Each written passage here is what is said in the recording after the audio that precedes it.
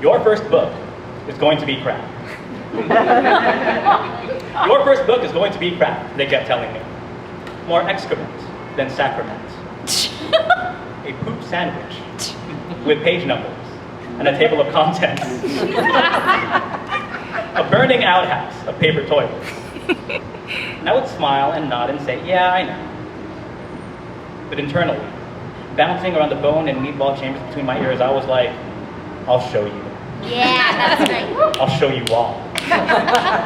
My first book will be awesome.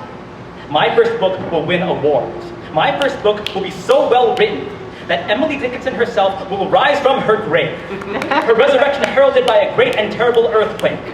As the full moon turns blood red and stars fall from the sky like rebellious angels. And Emily will point down at my book and say, this one.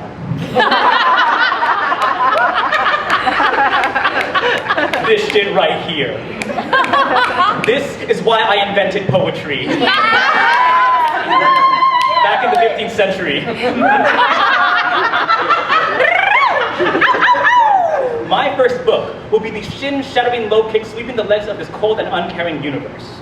My first book will mend the pervasive flaws running marrow deep to my existence like cracks sluggishly spiderwebbing across the windshield of a station wagon spinning along a stormy highway. My first book will have four-wheel drive, power windows, and 190 horsepower. No, my first book will have 190 elephant power. Wait, no, my first book will have 190 woolly mammoth power. Yes!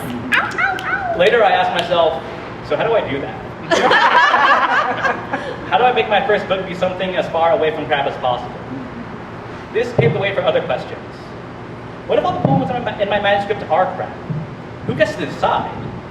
What if I think poetry awards are for nerds? What if I'm only saying that to cut an event because I know I'll never get one? How do I answer these questions? How many poets does it take to change a light bulb? How many woolly mammoths does it take to change a Neolithic sundial? How many elephants? Tony Jaa was in a movie with elephants. He spends most of it storming into various establishments screaming, "Where's my elephant?" and then demolishing an astounding number of other human beings with Muay Thai. But it's cool because they're poachers or something. There may also have been a plot. When Tony Jaa ran into the plot, he rained down axe sticks upon the brittle branches of its clavicles until all that remained of the script was a gory puddle of alphabet soup. And while I was watching whatever movie that was, I thought to myself, if I ever write a book, I want it to do that. If I ever lose the plot, I want to track it down, catch back up, and then defenestrate the plot with a flying knee strike to its cranium. What I wanted to say before is that it's cool if my first book isn't a masterpiece, but I don't want my first book to be crap. I want my first book to be Tony Jaa's spinning back elbow, hammering to the plate glass gong of an evildoer's sternum. I want my first book to make people feel like a baby elephant just got rescued after 1.5 hours of spectacular pachydermal impairment. But tomorrow's dawn will shine upon a brighter world, now that the soul has been enriched by ivory trafficker skeleton dust. I want my first book to stick with people, like a lavishly choreographed Muay Thai versus capoeira matchup raging on within a flooded temple that's also on fire somehow.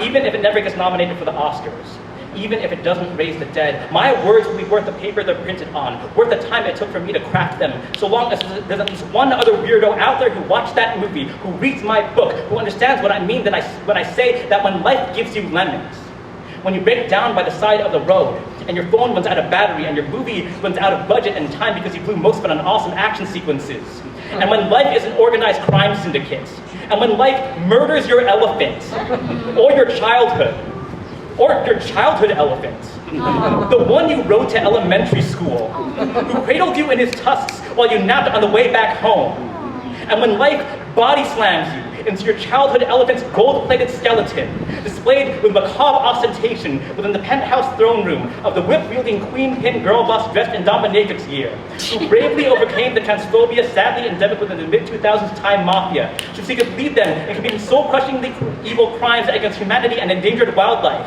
And then she rushes you alongside the veiny testosterone avalanche that is her four whited-out bodyguards. The only thing left to do in circumstances such as these is to strap the broken bones of your loved ones to your forearms, and with them, sever every single tendon belonging to those who wronged you, your elephants, and the world. Yeah. And I think Emily Dickinson would agree. Yes.